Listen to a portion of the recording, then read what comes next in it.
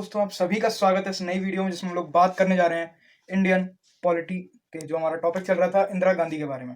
तो इससे पहले वाली वीडियो में हम लोगों ने देखा था कि कैसे इंदिरा गांधी 1971 के चुनाव में जीत जाती है और उसके बाद में युद्ध होता है। युद्ध की जो अलग सीरीज है जिसमें 1948 का युद्ध आएगा, 1965 का युद्ध आएगा और 1971 का युद्ध आएगा, वो सीरीज अलग है, वो जल्दी आएगी। उसके बाद उससे पहले हम लोग देखते हैं कि भाई इंदिरा गांधी जैसे ही 1971 में जीती तो उसके सामने बहुत सारी समस्याएं आई और 1975 में ऐसी समस्याएं उत्पन्न हो गई कि इंदिरा गांधी को आपातकाल भी लगाना पड़ा। तो हम लोग अब देखेंगे कि वो कौन कौन सी समस्याएं थी ऐसी जिनकी वजह से इंदिरा गांधी को आपातकाल जैसी चीज लगानी पड़ी, वो भी गैर संवैधानिक तरीकों से। तो सबसे पहले हम लोग देखते हैं कि भाई उस समय ऐसी कौन कौन सी घटनाएं घटी थी, कौन कौन सी चीजें हुई थी जिनके कारण इंदिरा गांधी को ये सब काम करने पड़े। तो जैसा कि हम लोग जानते हैं 1971 के चुनाव में इंदिरा गांधी ने एक नारा दिया था जिसको हम लोग कहते हैं गरीबी हटाओ का नारा। किसको कहते हैं? गरीबी हटाओ। ये नारा इंदिरा गांधी ने दिया था और इसी के एवज में जो हमारी सिंडिकेट थी उन्होंने नारा दिया था कि इंदिरा हटाओ। बट गरीबी हटाओ का नारा इंदिरा गांधी ने दिया, परंतु 1972 और 1973 का जो मानसून था वो असफल रहा, यानी मानसून खराब हो गया, खराब रहा। अब मानसून खराब रहा तो अनाज हो नहीं पाया, खाद्यान्न है नहीं, तो गरीबी कैसे कम होगी। तो इसीलिए इंदिरा गांधी का ये जो नारा था गरीबी हटाओ का, ये थोड़ा सा नॉर्मल मतलब बेकार होता हुआ दिख रहा था। धीरे धीरे देश में दंगे बढ़ने लगे। सबसे पहले बिहार में, गुजरात में छात्रों के द्वारा दंगे किए गए, मतलब आंदोलन किए गए, छात्रों के द्वारा आंदोलन किया गया था बिहार में और गुजरात में। ये आंदोलन का जो नेतृत्व है बिहार में जेपी के द्वारा किया गया था, यानी जयप्रकाश नारायण के द्वारा किया गया था। जयप्रकाश नारायण एक गांधीवादी नेता है, यानी कि बिहार में इसका नेतृत्व, बिहार आंदोलन बोल सकते हैं इसको, बिहार छात्र आंदोलन। बिहार छात्र आंदोलन का जो नेतृत्व किया था वो किया था जेपी ने, यानी जयप्रकाश बोल सकते हैं हम लोग, जयप्रकाश के द्वारा इसका नेतृत्व किया गया था। अब जब बिहार छात्र आंदोलन का नेतृत्व जयप्रकाश के द्वारा किया गया, उससे पहले गुजरात का जो छात्र आंदोलन था वो स्वीकार हो गया, यानी कि उस बिहार आंदोलन, वो गुजरात आंदोलन सफल रहा। और गुजरात आंदोलन की सफलता के बाद गुजरात में चुनाव कराए गए और जो छात्रों की मांगे थी कि उनका जो हॉस्टल का फीस बढ़ाई गई थी उसे कम कर दिया गया। वहीं बिहार में भी छात्रों ने इसीलिए आंदोलन किया था और बिहार में छात्रों ने जेपी से, यानी जयप्रकाश नारायण से मांग की कि जयप्रकाश स्वयं खुद उनके आंदोलन का नेतृत्व करें। जयप्रकाश उस समय तक सक्रिय राजनीति को छोड़ चुके थे, परंतु छात्रों के कहने पर उन्होंने राजनीति प्रारंभ की, यानी कि उन्होंने आंदोलन करने का कार्यक्रम चालू किया। जेपी ने ये साफ कह दिया था कि भाई बिहार में छात्रों के द्वारा जो आंदोलन किया जाएगा वो पूर्णतः संवैधानिक तरीके से होगा, यानी कि बोल सकते हैं कि पूरा अहिंसात्मक होगा, क्योंकि वो गांधीवादी नेता थे। तो गांधीवादी विचारों का उनके तरफ से जो पूरा माहौल देखने को मिला था। और ये जो आंदोलन है ये पूरी पृष्ठभूमि कह सकते हैं कि हम लोग, ये पृष्ठभूमि बनी थी 1974 के समय में। कब बनी थी? 1974, 1974। ठीक है। अब इसके बाद एक वाद है जिसको हम लोग कहते हैं राजनारायण वर्सेस इंदिरा, यानी कि राजनारायण और इंदिरा का वाद। तो 1971 के चुनाव में जब इंदिरा गांधी की बहुत ज्यादा विजय हुई थी, या बहुत भारी मतों से इंदिरा गांधी जीती थी, तब उनके ऊपर इलाहाबाद हाई कोर्ट में राजनारायण द्वारा, जो उनके प्रतिद्वंदी थे, यानी कि चुनाव में उनके विरुद्ध खड़े हुए थे, उन्होंने एक वाद दायर किया। उन्होंने कहा कि भाई इंदिरा गांधी द्वारा चुनाव में सरकारी कर्मचारियों का उपयोग किया गया, यानी कि चुनाव में सरकारी कर्मचारियों का उपयोग किया गया है, तो इसीलिए इंदिरा गांधी जो धोखे से, यानी कि गलत तरीके से चुनाव जीता है, तो इंदिरा गांधी को उनके पद से हटाया जाए और इंदिरा गांधी को चुनाव लड़ने के लिए बैन कर दिया जाए। ठीक है। राजनारायण द्वारा ये वाद दायर किया गया था हाई कोर्ट में। कौन सी हाई कोर्ट में? इलाहाबाद हाई कोर्ट में राजनारायण के द्वारा ये वाद दायर किया गया था। इसके बाद इलाहाबाद हाई कोर्ट ने 12 जून 1975 को अपना फैसला दिया। कब फैसला दिया था? 12 जून 1975। और ये जो वाद है ये किसके द्वारा दायर किया गया था? वाद by Rajnarayan in Allahabad high court. Allahabad high court में उन्होंने ये वाद दायर किया था इस विरुद्ध इंदिरा गांधी। तो इंदिरा गांधी के विरुद्ध उन्होंने अपने वाद दायर किया था। ठीक है। और 12 जून 1975 को इलाहाबाद हाईकोर्ट ने अपना निर्णय दिया। इलाहाबाद हाईकोर्ट ने अपना जो निर्णय दिया उसमें इलाहाबाद हाईकोर्ट ने कहा कि हाँ, इंदिरा गांधी पर लगाए गए समस्त आरोप सही हैं और इंदिरा गांधी को अपने पद से इस्तीफा देना होगा और साथ में जो लोकसभा की मतलब वो अगला चुनाव भी नहीं लड़ सकती, यानी लोकसभा की सीट से खड़ी नहीं हो सकती। 12 जून 1975 को ये रिजल्ट दिया गया, ये निर्णय सुनाया गया इलाहाबाद हाई कोर्ट के द्वारा।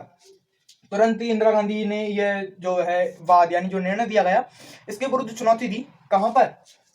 उच्चतम न्यायालय में, यानी कि सुप्रीम कोर्ट में। सुप्रीम कोर्ट में इसके लिए चुनौती दी गई। सुप्रीम कोर्ट में चुनौती दी गई। अब सुप्रीम कोर्ट में जो चुनौती दी गई इसका अपना एक कारण था। इसका जो मुख्य कारण था वो ये था कि इंदिरा गांधी ने पहले सुप्रीम कोर्ट में अपनी सेटिंग कर रखी थी, यानी कि सुप्रीम कोर्ट में अपना ही बंदा, अपने ही जो व्यक्ति है उसको बैठा रखा था। सुप्रीम कोर्ट में उस समय जजों को रखने की, या कह सकते हैं कि मुख्य जज को की नियुक्ति की एक प्रक्रिया होती थी, यानी कि एक परंपरा बोल सकते हैं जो होती थी, जिसमें क्या क्या होता था, जो आज भी संचालित है कि भाई जो वरिष्ठ जज होगा उसको मुख्य जज बनाया जाएगा। यह प्रक्रिया आज भी चालू है और उस समय भी जारी थी। परंतु इंदिरा गांधी ने इस प्रक्रिया के विरुद्ध जब ये वाद दायर हो चुका था तो इंदिरा गांधी को पता था कि भाई वो इलाहाबाद हाई कोर्ट में यह मतलब अगर मैं हार गई तो मुझे जाना पड़ेगा सुप्रीम कोर्ट, ठीक है, और सुप्रीम कोर्ट के बाद तो मैं कहीं जा नहीं सकती हूँ, तो हाई कोर्ट की जगह मैं सुप्रीम कोर्ट में अपना प्रतिनिधि बैठा देती हूँ, जिससे कि सुप्रीम कोर्ट में अगर ये बात जाता है तो जो निर्णय है वो मेरे ही पक्ष में आएगा। इंदिरा गांधी ने ऐसा कर दिया। सुप्रीम कोर्ट में उन्होंने अपना जो प्रतिनिधि है, कह सकते हैं अपने वकील को या अपने जज को मुख्य न्यायाधीश बना दिया, ठीक है। अब अगर और इसके बाद उन्होंने ये जो निर्णय है इसके विरुद्ध वाद दायर कर दिया। किसमें? सुप्रीम कोर्ट में। निर्णय विरुद्ध वाद इन सुप्रीम कोर्ट, ठीक है। और जैसे ही इंदिरा गांधी ये करती है तो 15 जून 1975 को क्या होता है, इंदिरा गांधी इमरजेंसी लागू कर देती है, यानी कि आपातकाल। आपातकाल लागू क्यों किया जाता है? इसका उस समय जो सरकार थी उन्होंने जो कारण दिया था वो कारण क्या था, ठीक है। अब अगर बात की जाए उस समय कारण था जयप्रकाश जी। जयप्रकाश जी ने मतलब जयप्रकाश जी जो थे उन्होंने यह सारी चीजें सबको पता थी, क्योंकि सब काम देश में हो रहा है, सबके सामने हो रहा है। तो जयप्रकाश जी ने उस समय बहुत बड़े लीडर थे, उनकी रैलियां जो होती थी उनमें बहुत ज्यादा लोग आते थे, लोग बहुत ज्यादा इन्फ्लुएंस थे उनसे। तो इंदिरा गांधी को यह डर था कि अगर जयप्रकाश जी के नेतृत्व वाली भीड़ ने कहीं कुछ उल्टा सीधा कर दिया तो उनकी जो कुर्सी है वो बहुत ज्यादा खतरे में आ जाएगी।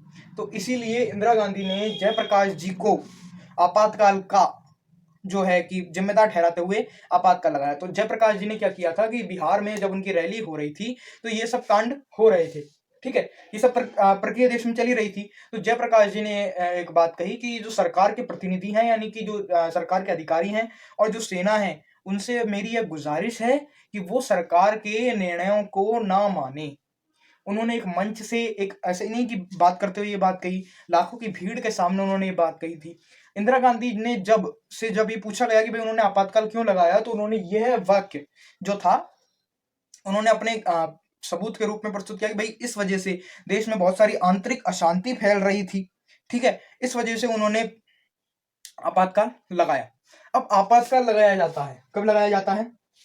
25 जून 1975 को, मतलब 25 जून 1975 को आपातकाल लगाया जाता है। इंदिरा गांधी क्या करती हैं? इंदिरा गांधी उस समय के प्रधानमंत्री राष्ट्रपति फखरुद्दीन अली अहमद के पास जाती हैं रात को। फखरुद्दीन अली अहमद के पास रात को जाती हैं और आंतरिक अशांति के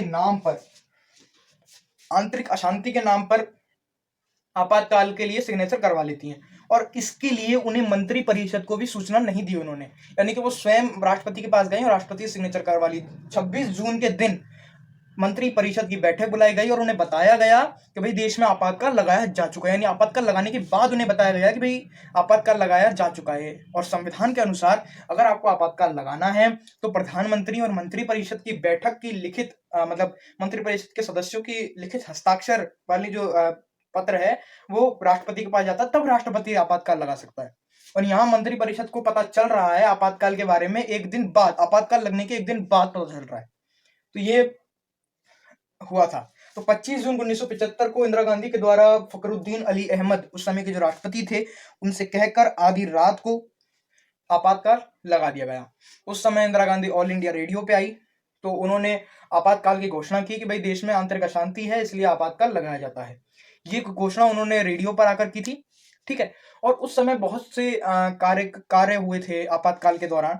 उनमें से ये वीडियो ज्यादा लंबा हो जाएगा, इसलिए हम उन्हें एक बार शॉर्ट में देख लेते हैं और आगे की जो वीडियो होगी उसमें हम उन्हें एकदम विस्तार से देखेंगे। तो उसी रात जो दिल्ली के बड़े बड़े न्यूज़पेपर थे उन सबके बिजली काट दी गई ताकि प्रिंटिंग ना हो सके। अब जब बिजली नहीं होगी तो प्रिंटिंग कहाँ से होगी, तो इसीलिए प्रिंटिंग प्रेसों की बिजलियां काट दी गई जिससे कि कोई भी समाचार जनता तक ना पहुंच सके। जनता से अपील की गई कि भाई आप संभल कर रहिए, देश में आपातकाल लगाया जा चुका है। और जो बड़े बड़े नेता थे, जो विरोधी थे, जयप्रकाश नारायण जी थे, बीजेपी के जो बड़े बड़े नेता थे, जनसंघ था उस समय, तो जनसंघ के जो बड़े बड़े नेता थे उन्हें गिरफ्तार कर लिया गया और गिरफ्तारी के बाद उन्हें नजरबंद कर दिया गया, ठीक है। और भी कई सारे जो विरोधी कानून थे, यानी कि जो विरोधी थे, जो सरकार के विरोधी थे, उन्हें धीरे धीरे खत्म करने का, यानी कि उन्हें गिरफ्तार करने का, उन्हें बंद कर देने का, नजरबंद कर देने का कार्यक्रम शुरू कर दिया गया। तो छोटे तौर पर देखें तो आपातकाल में हुआ था। हम अगली वीडियो में देखेंगे कि आपातकाल में अंतर्गत क्या हुआ। तो आई होप आपको ये वीडियो पसंद आई, और वीडियो पसंद आए तो वीडियो को लाइक शेयर जरूर करें और वीडियो पर कमेंट जरूर करें और हमारे चैनल को सब्सक्राइब करना ना भूलें। वीडियो को अंत तक देखने के लिए धन्यवाद।